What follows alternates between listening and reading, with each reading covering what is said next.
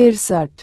एक बच्चा जो बचपन का आनंद लेता है या इसके द्वारा एक विद्वान बालक विद्वान भी होता है, उसे वेद बालक कहा जाता है। यो जो बालो अज्ञानी, अज्ञानी मूर्ख, बाल्यम उसका अज्ञान, मंजती मानता है, जानता है, वापी तेन सो तो वह पंडितों पंडित, विद्वान, बुद्धिमान है, च और जो बालो अज्ञानी होकर पंडितमणि अपने आप को विद्वान मानता है, सा वह निश्चित रूप से बालो ती अज्ञानी है, ऐसा वुकाटी कहा जाता है। जो मूढ़ अज्ञानी अपनी मूर्खता को जानता है और स्वीकार करता है, वह इस रूप में पंडित ज्ञानी है, और जो अज्ञानी होकर भी अपने को पंडित मानता है वह अज्ञानी ही कहा जाता है। A fool who knows his foolishness is wise at least to that extent, but a fool who thinks himself wise is a fool indeed. अपने अज्ञान को समझ लेना, जान लेना और फिर अज्ञानता को स्वीकार कर लेना बहुत बड़ी बात है, क्योंकि अक्सर मूर्ख ऐसा करते नहीं हैं, वे तो अपने आप को महापंडित ही समझते हैं। जिसने ये जान लिया और मान लिया कि मैं मूढ़ हूँ तो ज्ञान को पाने की यात्रा शुरू हो जाती है और वह आखिर में पाकर रहता है। जिसने ये समझा कि वह अंधेरे में है, वह प्रकाश की ओर चल पड़ता है। जो ये स्वीकार करता है कि मैं रोगी हूँ, वह डॉक्टर की बताई दवा लेकर स्वस्थ होने का मन पक्का कर लेता है।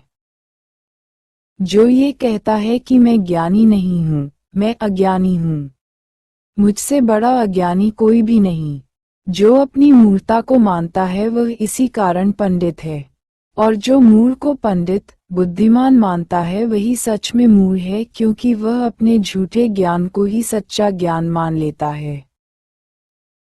मूढ़ मौका मिलने पर भी धम्म को नहीं जान पाता। अज्ञानी मूर्ख धम्म का मूल्य नहीं समझ सकता। उभरते साधु की कहानी। श्रावस्ती के जेतवन में। 64।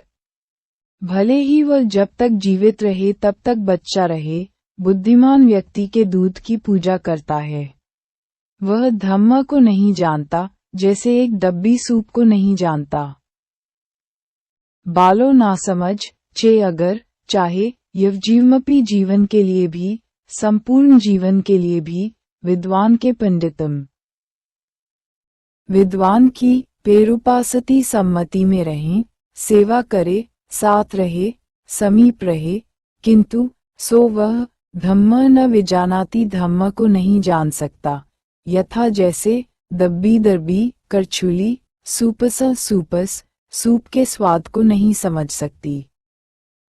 यदि मूर्ख व्यक्ति जीवन भर पंडित ज्ञानी की सेवा में रहे, साथ रहे, तो भी वह धम्म को वैसे ही नहीं जान पाता जैसे कि कलछी दाल सूप के रस को। यद्यपि एक मूर्ख व्यक्ति जीवन भर एक बुद्धिमान व्यक्ति की संगति करता है, फिर भी वह सत्य को उसी प्रकार नहीं समझ पाता, जैसे एक चम्मच सूप का स्वाद नहीं समझ पाता। भोजन परोसने की कलछी चम्मच भोजन के संपर्क में बार बार आती है और सारे दिन में भोजन में ही पड़ी रहती है, लेकिन उसे भोजन के स्वादिष्ट रस का कभी पता नहीं चलता।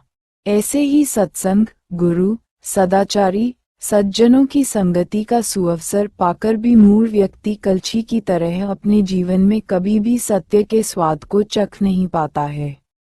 जैसे कलछी दाल के स्वाद को नहीं जान सकती, वैसे ही मूढ़ अविवेकी व्यक्ति धर्म के मर्म को अपनी नासमझी और मूर्खता के कारण नहीं जान पाता है। कलछी कठोर होती है, सोखने और ग्रहण करने की बिल्कुल गुंजाइश नहीं होती है।